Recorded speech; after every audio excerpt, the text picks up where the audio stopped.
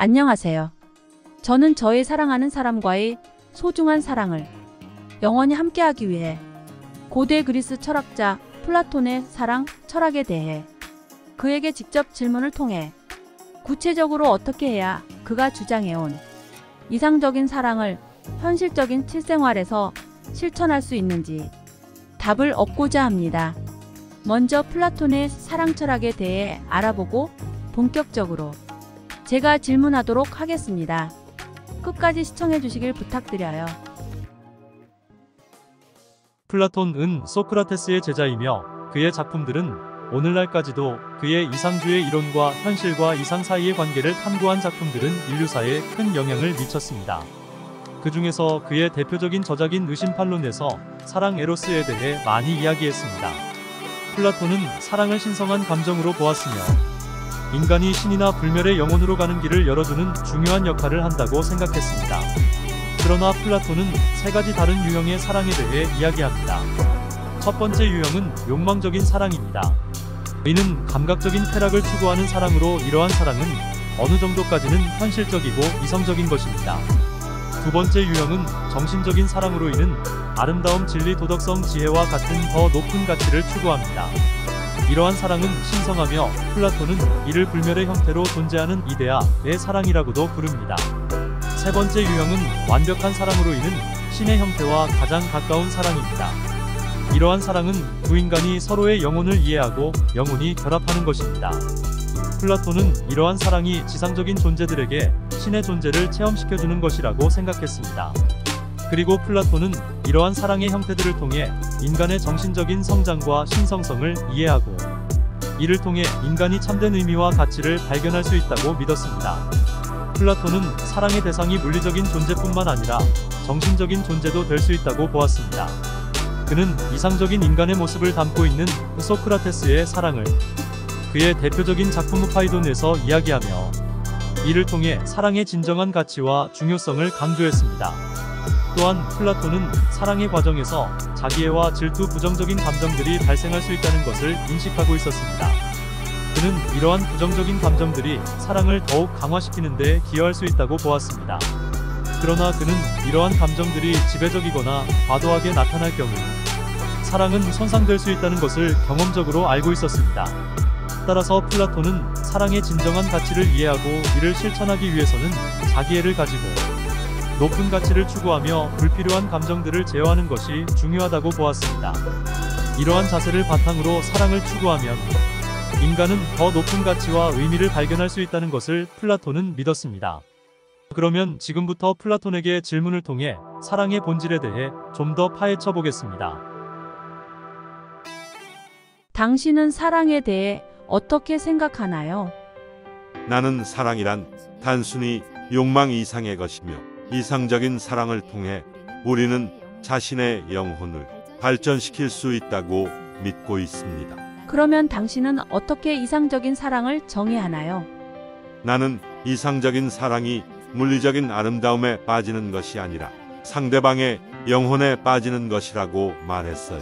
우리는 상대방의 영혼의 아름다움을 발견하고 그것을 존중하는 것으로서 우리 자신의 영혼도 발전시킬 수 있다는 것이죠. 그렇군요. 그렇다면 당신은 사랑의 종류에 대해 어떻게 생각하나요? 나는 사랑을 크게 두 가지로 나누었어요. 하나는 욕망적인 사랑이고 다른 하나는 이상적인 사랑이에요. 욕망적인 사랑은 주로 신체적인 욕망을 바탕으로 한 감정입니다. 이러한 사랑은 주로 일시적이고 만족감을 제공하지만 영원한 만족감을 제공하지는 않습니다. 오히려 이러한 사랑은 우리를 더욱 탐욕스럽고 소외시키는 경향이 있습니다. 그렇다면 이상적인 사랑이란 무엇일까요?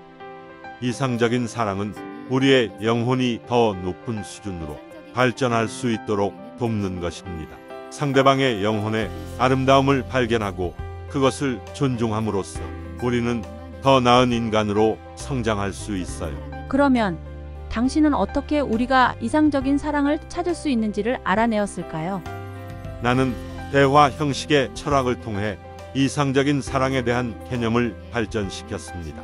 나는 우리들이 이상적인 사랑을 실제로 경험할 수 있도록 영혼의 고귀한 부분을 발견하고 발전시키는 방법을 제시했습니다. 그리고 이것은 우리가 이상적인 사랑을 발견하는 방법에 대해 생각해보는 도움이 될 수 있습니다. 그렇군요. 그러면 이상적인 사랑을 찾기 위해서는 자신과 다른 사람들, 그리고 우주와의 관계를 이해하는 것이 필요한 것 같습니다. 맞습니다. 이러한 이해를 바탕으로 우리는 서로를 이해하고 존중하며 서로의 영혼과 연결되는 것이 가능해집니다. 이러한 연결이 이상적인 사랑의 경험으로 이어지게 됩니다. 그런데 이상적인 사랑을 찾기란 정말 어려운 일이 아닌가요? 그렇습니다. 나는 이상적인 사랑을 찾기 위해서는 굉장히 노력해야 한다고 믿었습니다. 그러나 나는 이상적인 사랑이 존재한다는 믿음을 버리지 않았으며 이를 찾아 나서는 것이 인간의 본성이라고 생각했습니다. 그러면 이상적인 사랑을 찾기 위해서는 어떤 노력이 필요한 건가요? 나는 이상적인 사랑을 찾기 위해서는 먼저 자신의 영혼을 알아야 한다고 믿었습니다. 우리는 자신의 영혼을 알고 이해하는 데 노력해야 하며 이를 통해 우리 자신과 다른 사람들과 더욱 깊이 연결될 수 있습니다. 이상적인 사랑은 서로의 영혼이 서로를 이해하고 존중하며 서로를 돕고 성장시키는 것에서 비롯된다고 봅니다. 결국 이상적인 사랑을 찾기 위해서는 자신의 영혼을 깊이 이해하고 상대방과의 관계를 지속적으로 발전시켜 나가는 노력이 필요한 것이군요. 맞습니다.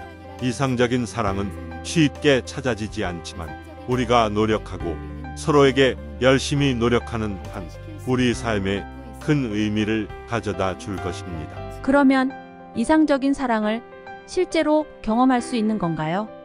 그것은 어려운 일이에요. 이상적인 사랑은 실제로는 존재하지 않을 수도 있지만 그것을 향해 노력함으로써 우리는 영혼적인 아름다움을 발견하고 발전시킬 수 있습니다. 하지만 이상적인 사랑을 경험하게 된다면 어떤 변화가 일어나게 될까요?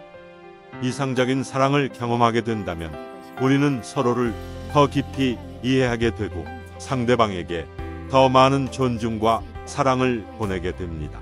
이것은 서로가 서로를 더욱 잘 돌보고 서로의 성장과 발전을 도와주며 서로의 삶을 함께하는 것을 의미합니다. 어렵다고 하지만 이상적인 사랑을 경험하려면 어떻게 해야 할까요? 나는 이상적인 사랑을 경험하기 위해서는 철학적인 교육과 깨달음이 필요하다고 말했습니다. 나는 이상적인 사랑을 경험하기 위해 우리가 성숙하게 자라며 자신과 다른 사람들 그리고 우주와의 관계를 이해하도록 돕는 것이 중요하다고 생각했습니다. 그러면 이상적인 사랑은 결국 행복을 가져다 준다는 것인가요? 네, 나는 이상적인 사랑이 우리에게 진정한 행복을 가져다 준다고 믿습니다. 이것은 우리가 영혼의 깊은 욕구를 충족시키고 서로와 연결되며 우리의 삶을 의미 있게 만들어주기 때문입니다. 그렇군요. 이상적인 사랑은 행복을 가져다 줄 뿐 아니라 우리 삶을 더욱 의미 있게 만들어 준다는 것이군요. 맞습니다. 이상적인 사랑은 우리의 삶에 깊은 의미를 부여하고 서로를 지지하며 성장과 발전을 이루어가는 데 큰 역할을 합니다. 그래요. 그래서 결론적으로 당신은 사랑을 어떤 목적으로 이해하고 있나요? 나는 사랑을 우리의 영혼을 발전시키기 위한 수단으로 이해하고 있어요. 이상적인 사랑을 통해 우리는 더 나은 인간으로 성장할 수 있으며 이는 우리의 삶에 큰 가치를 더해줍니다. 말씀 잘 들었습니다. 사실 저는 사랑하는 사람과 함께 당신의 사랑 철학을 현실적인 실생활에서 실천하고자 합니다. 구체적으로 어떻게 해야 당신의 이상적인 사랑을 실천할 수 있나요? 나의 사랑 철학은 매우 복잡하고 이론적인 것이지만 이를 실생활에서 실천하고자 한다면 몇 가지 방법이 있습니다. 첫 번째, 영혼의 아름다움을 중요시하세요. 나는 사랑이 단순히 신체적인 것이 아니라 영혼의 아름다움을 중요시한다고 믿었습니다.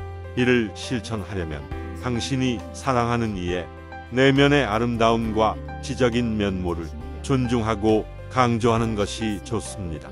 이를 통해 당신의 관계가 더욱 깊어질 수 있습니다. 두 번째, 상호 교감을 중시하세요. 나는 사랑이 상호 교감에서 비롯된다고 믿었습니다. 이를 실천하려면 당신과 상대가 서로를 잘 이해하고 존중하는 것이 중요합니다. 서로를 듣고 배려하는 것은 상호 교감을 강화하는 데 도움이 됩니다. 세 번째, 아름다움을 추구하세요. 나는 아름다움에 대한 사랑이 영혼의 아름다움과 이성적인 사랑을 동시에 강화한다고 믿었습니다. 이를 실천하려면 당신과 상대가 서로의 아름다움을 찾고 이를 존중하고 강조하는 것이 좋습니다. 이러한 방법들은 나의 이상적인 사랑을 실천하는 데 도움이 될 수 있습니다. 하지만 이것이 무엇보다 중요한 것은 당신이 상대를 사랑하고 존중하며 그와 함께 서로를 이해하고 배려하는 것입니다. 네 번째, 자기 개발에 노력하세요. 나는 사랑의 철학에서 개인의 자기 개발과 성숙이 중요하다고 믿었습니다. 따라서 자신의 영적, 지적, 물질적 자산을 키우는 노력을 하는 것이 좋습니다. 당신이 자신의 가능성을 최대한 발휘하고 당신의 인생을 전진시키는 것은 상대방을 이끌어 나가고 그와 함께 성장하는 데도 큰 도움이 될 것입니다. 다섯 번째, 서로를 지지해 주세요. 나는 사랑이 서로를 지지하고 도와주는 것이 중요하다고 믿었습니다. 당신이 상대방을 지지하고 그를 위해 노력하는 것은 그와의 관계에서 상호적인 지지와 도움을 주고받는 것을 강조합니다.